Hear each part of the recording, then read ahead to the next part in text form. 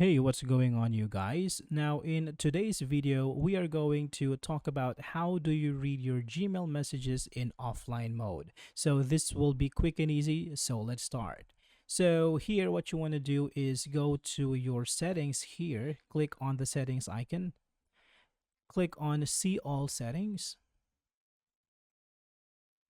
Now here, you want to go to offline right here and click on enable offline mail. Now you will be given some information like how much storage it is going to take on your computer or your device and how many emails you want to be available offline. So here you can have 7 days, 30 days or 90 days worth of email.